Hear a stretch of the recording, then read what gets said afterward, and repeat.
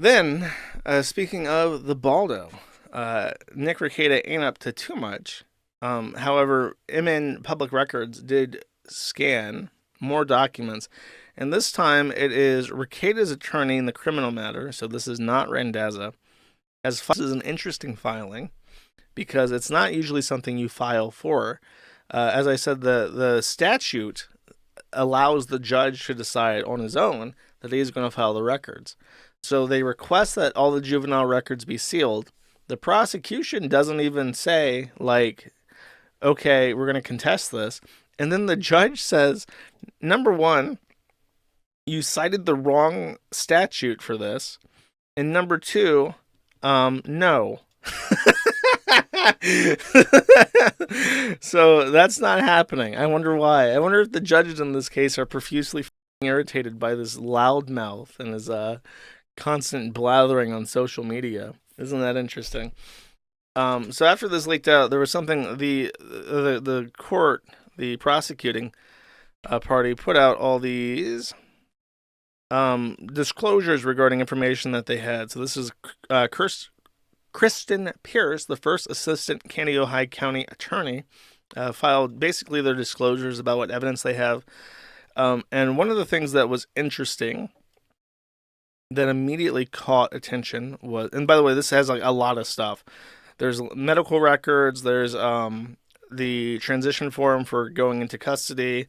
There's more medical records related to the drug testing.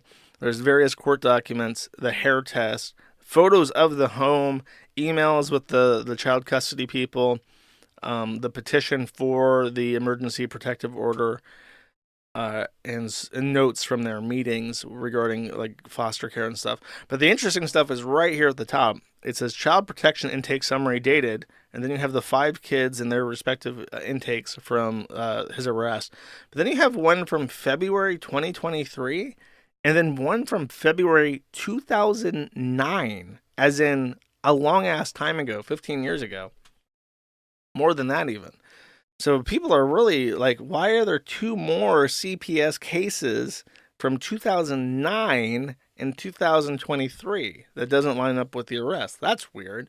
So there's all sorts of rampant and baseless speculation, as there is when these things come out. This is just the highlight of the things that I already talked about. I then received an emergency press release from the office of the Baldo General, which addresses people in a royal you all kind of way, even though it was sent directly to me. So I don't know if this was a message sent to like a bunch of people he doesn't like at this point.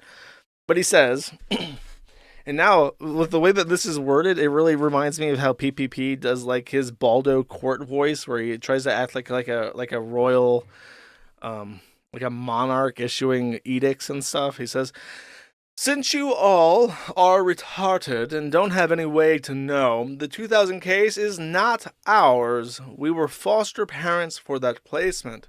We have to stop fostering due to pregnancy complications with our second child.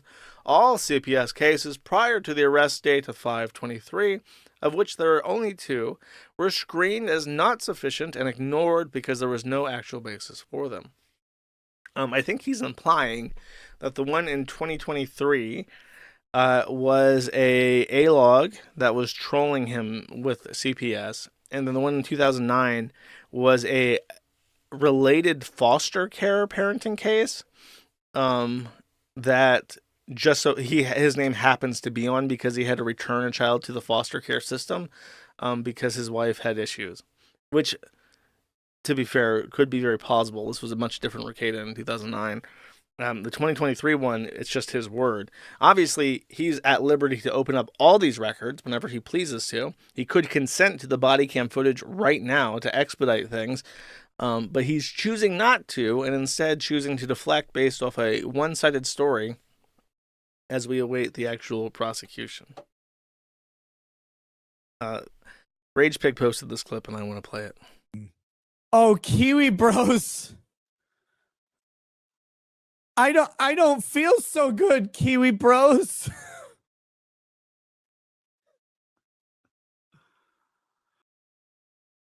This was after the appeals case came in Greer's favor last year. Just wondering.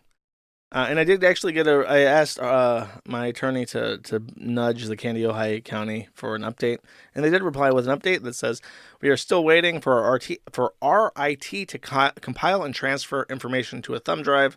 We will send as soon as they have completed it. Thank you and have a great 4th of July from the Candy, Ohio County Sheriff Record Supervisor.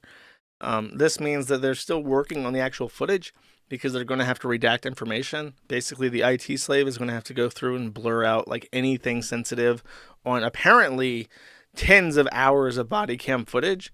So as soon as that's done, they're going to transfer that information to a thumb drive and then send it to us. Well, we're going to have to pay them once they have it ready, but then once they're paid, they're going to send it to us on a thumb drive. And that will be going to Hardin's mail office. And then I'll have to figure out a way, because if it's like tens of hours of footage, I'm going to upload that all directly to Rumble. And since it was paid for by everybody, I'm just going to not watermark it or anything. And maybe I should, just because I'm putting in all this effort. Should I? I don't like watermarks in general, but now that it's me that could benefit from it, I'm kind of tempted, chat. I'll have to think about it. It would be easier, I think, just to upload it raw, because then I don't have to re-encode it, and I don't have to upload it myself, because right now my upload speed is still terrible. Whereas if I can like remote upload it from like a computer in Hardin's commercial office building, like directly to Rumble, it would be much, much, much faster, but like an order of magnitude. We'll think about it. I won't watermark it as aggressively as Dick's footage, because it won't obstruct anything in the middle. Okay, this is Ralph. Ralph had previously, as I indicated on my last stream, all these idiots who think a hurricane will wipe me out. Nah, it won't. Category 1 before it sees me. Well, that was his big words, and then at some point he decided, actually, I'm scared. I'm scared of the big hurricane. Oh no, I don't want to be in Merida. So he travels up the mountain, hides on the high hills of Mexico City, Mexico Ciudad, and decides to stream from a hotel room, which does not have the appropriate internet to actually accommodate a stream, and his stated reason for leaving was that he didn't want to blackout for the very important Nick Rekieta interview.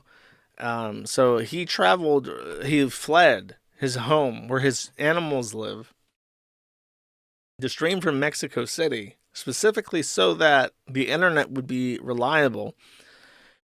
And come time for the Nick Rekieta interview, and it is the worst shit ever. Literally cutting out, like every 15 seconds, it cuts out for 15 seconds, and then you get like a distorted. Everyone has like serious burns because the pixel rate is so low that it's like everyone's distorted and filtered out.